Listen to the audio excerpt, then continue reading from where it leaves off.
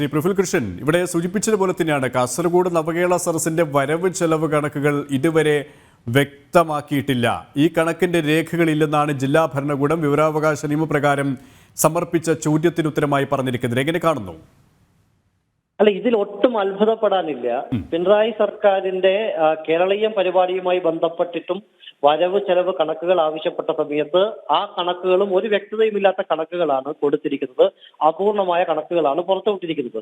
എന്ന് പറഞ്ഞാൽ ഇത്തരത്തിൽ സർക്കാരിന്റെ ഔദ്യോഗിക പരിപാടി എന്നുള്ള നിലയ്ക്ക് നടത്തുന്ന ഈ പരിപാടി ഒരുപക്ഷെ കുടുംബശ്രീ അംഗങ്ങൾ മുതൽ IAS ഉദ്യോഗസ്ഥന്മാരെ വരെ ദുരുപയോഗപ്പെടുത്തിക്കൊണ്ട് നടത്തുന്ന ഈ പരിപാടി അക്ഷരാർത്ഥത്തിൽ ഒരു വലിയ തട്ടിപ്പിന് വേണ്ടിയിട്ടുള്ള പരിപാടിയാണ്. ഇവിടെ കോടിക്കണക്കിന് രൂപയാണ് ഈ പരിപാടികൾക്ക് വേണ്ടിയിട്ട് ഡൊണേഷൻ വാങ്ങിച്ചിരിക്കുന്നത്. കോടിക്കണക്കിന് രൂപയുടെ പിരിവ് നടന്നിട്ടുണ്ട്. വലിയ ബിസിനസ്സുകാരുടെ കയ്യിൽ നിന്നൊക്കെ കോടികൾ വാങ്ങിച്ചിട്ടുണ്ട്. എന്ന് പറഞ്ഞാൽ കമ്മ്യൂണിസ്റ്റ് പാർട്ടിയെ സംബന്ധിച്ചിടത്തോളം നവകേരള സദസ്സ് എന്ന് പറയുന്നത് കോടികൾ അഴിമതി നടത്താനുള്ള മറ്റൊരു മാർഗമാണ് എന്നുള്ളത് വ്യക്തമാണ്. ഇവിടെ കേരളീയം പരിപാടിയുമായി ബന്ധപ്പെട്ടിട്ട് എത്ര കോടി രൂപയാണ് ചെലവഴിച്ചത്? എന്തെങ്കിലും ഒരു കണക്ക് പുറത്തു വന്നിട്ടുണ്ടോ? ഇവിടെ വൈദ്യുതി അലങ്കാരത്തിന് മാത്രം ഊരാളുങ്കൽ ലേബർ കോൺട്രാക്ട് സൊസൈറ്റിക്ക് കൊടുത്തത് കോടിക്കണക്കിന് രൂപയാണ്. ഇവിടെ PRDയുമായി ബന്ധപ്പെട്ട മുഴുവൻ വിവരങ്ങളും പുറത്തു വന്നിട്ടില്ല. അതുപോലെ തന്നെ നവകേരള ലോക കേരള സഭയുമായി ബന്ധപ്പെട്ട് മന്ത്രിമാർ വിദേശയാത്ര നടത്തിയതും അതുമായി ബന്ധപ്പെട്ട ചെലവുകൾ ചോദിച്ച സമയത്ത് ഒരു കണക്കുമില്ലല്ലോ. അത് സ്പോൺസർഷിപ്പിലൂടെ കണ്ടെത്തിയെന്ന് പറഞ്ഞത്. ആരാണ് ഇതിന്റെ സ്പോൺസർമാർ? എത്ര പൈസ കിട്ടിയിട്ടുണ്ട്? എത്രയൊക്കെയാണ് ചെലവായിട്ടുള്ളത്? ഒരു കണക്കുമില്ലല്ലോ. എന്ന് പറഞ്ഞാൽ എല്ലാം തന്നെ വലിയ രീതിയിലുള്ള അഴിമതിക്ക് വേണ്ടിയിട്ടാണ് ഈ പണം മുഴുവൻ ഉപയോഗിച്ചിരിക്കുന്നത്. CPM നേതാക്കന്മാരുടെ പോക്കറ്റ് നിറക്കാൻ വേണ്ടിയാണ് ഈ പരിപാടികളൊക്കെ നടത്തുന്നത് എന്നുള്ളത് വ്യക്തമാണ്. ജനങ്ങളെ മുഴുവൻ ഓരോ ദിവസം കഴിയും തോറും കേരളത്തിലെ ജനങ്ങൾ നവകേരള സദസ്സിനെ പുച്ഛിക്കുകയാണ്. ഈ നവകേരള സദസ്സ് എന്ന് പറയുന്നത് കേന്ദ്ര സർക്കാരിനെതിരായിട്ട് ശബ്ദിക്കാനുള്ള വേദിയാക്കി മാറ്റിയിരിക്കുകയാണ്. ഈ കേരളത്തിന്റെ വികസന നേട്ടങ്ങൾ ജനങ്ങളിലേക്ക് എത്തിക്കാനാണ് നവകേരള സദസ്സ് നടത്തുന്നത് എന്നാണ് പറയുന്നത്.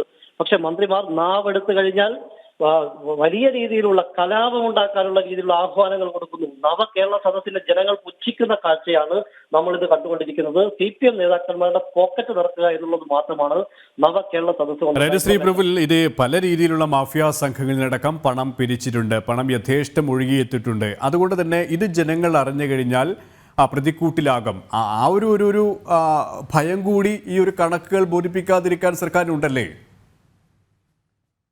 കാരണം കമ്മ്യൂണിസ്റ്റ് പാർട്ടി എന്ന് പറയുന്നത് സാധാരണ പറയുക പാവപ്പെട്ടവരുടെ പാർട്ടി എന്നൊക്കെയാണ് നേതാക്കന്മാർ പറയുക. പക്ഷെ ഇന്ന് കാണുന്നത് കുത്തക മുതലാളിമാരുടെ പാർട്ടിയാണ്. കരിമണൽ കുത്തക മുതലാളിയിൽ നിന്ന് പണം വാങ്ങി മാസപ്പടി വാങ്ങിച്ചിരിക്കുന്നതിൽ കമ്മ്യൂണിസ്റ്റ് പാർട്ടി നേതാക്കന്മാരാണ്. കമ്മ്യൂണിസ്റ്റ് പാർട്ടി നേതാക്കന്മാരുടെ മക്കളാണ്. എല്ലാ കുത്തക മുതലാളിമാരുമായിട്ടും അഭേദ്യമായിട്ടുള്ള ബന്ധം സൂക്ഷിക്കുന്നവരാണ് കമ്മ്യൂണിസ്റ്റ് പാർട്ടിയിലെ ആൾക്കാർ. അതുകൊണ്ട് എവിടെ നിന്നൊക്കെയാണ് പണം വാങ്ങിയത് എന്നുള്ളത് ഒരിക്കലും അവർക്ക് പുറത്തു പറയാൻ വേണ്ടി പറ്റില്ല. പിന്നെ മാത്രമല്ല, ഇതെല്ലാം തന്നെ ഇത്തരത്തിലുള്ള പണം മുഴുവൻ ഉപയോഗിച്ചിരിക്കുന്നത് കമ്മ്യൂണിസ്റ്റ് പാർട്ടിയുടെ നേതാക്കന്മാർ, സാധാരണ ബ്രാഞ്ച് സെക്രട്ടറി മുതൽ ഇപ്പൊ ഓരോരോ പ്രദേശത്തെ ആളുകളെ പരിശോധിച്ചാൽ നമുക്ക് മനസ്സിലാകും. കോടിക്കണക്കിന് ആസ്തിയുള്ളവരായിട്ട് ഈ കമ്മ്യൂണിസ്റ്റ് പാർട്ടിയുടെ തൊഴിലാളി വർഗത്തിന്റെ നേതാക്കന്മാർ മാറിയിരിക്കുകയാണ്. എങ്ങനെയാണ് ഇവർ ഇത്രയും വലിയ കോടീശ്വരന്മാരായി മാറുന്നത്? അപ്പോൾ തീർച്ചയാണ് കമ്മ്യൂണിസ്റ്റ് പാർട്ടി എന്ന് പറയുന്നത് കീശ വിറപ്പിക്കാനുള്ള ഒരു ഉപാധിയാണ്. അത് പരമാവധി ഈ ഭരണത്തിന്റെ 2ാം വർഷവും ഭരണം കിട്ടിയതോട് കൂടിയിട്ട് അത് പരമാവധി ചെയ്തു തീർക്കുക എന്നുള്ള ഒരു ഉദ്ദേശം മാത്രമാണ്. ഇപ്പോ ആ രീതിയിലാണ് കമ്മ്യൂണിസ്റ്റ് പാർട്ടി നേതാക്കന്മാർ പോയിക്കൊണ്ടിരിക്കുന്നത്. എന്തായാലും നവകേരള സദസ്സുമായി ബന്ധപ്പെട്ട ആദ്യഘട്ടത്തിൽ പറഞ്ഞ ജനങ്ങളുടെ പ്രശ്നങ്ങൾ പരിഹരിക്കും, പരാതികൾ സ്വീകരിക്കും, ആ പരാതികൾക്ക് ദിവസങ്ങൾക്കുള്ളിൽ തീർപ്പ് കൽപ്പിക്കും. ഒരു തീർപ്പും കൽപ്പിക്കുന്നില്ല. പരാതികളൊക്കെ മൂലക്ക് കിടക്കുകയാണ്. AKG സെന്ററിന്റെ മൂലക്കിരുന്ന് കത്തിക്കുകയാണ് പരാതികൾ. അപ്പൊ ഒരു പരാതിയും പരിഹരിക്കാൻ പോകുന്നില്ല. നവകേരള സദസ്സ് എന്ന് പറയുന്നത് ഞങ്ങളൊക്കെ ആദ്യം പറഞ്ഞ മാതിരി വെറും ഗമ്മിക്കാണ് എന്നുള്ളത് കേരളത്തിലെ ജനങ്ങൾക്ക് ബോധ്യപ്പെട്ടിരിക്കുകയാണ്. യെസ്, വളരെ നന്ദി ശ്രീ പ്രഫുൽ കൃഷ്ണൻ ഈ ഒരു സമയം ഞങ്ങളോട് സഹകരിച്ചതിന്.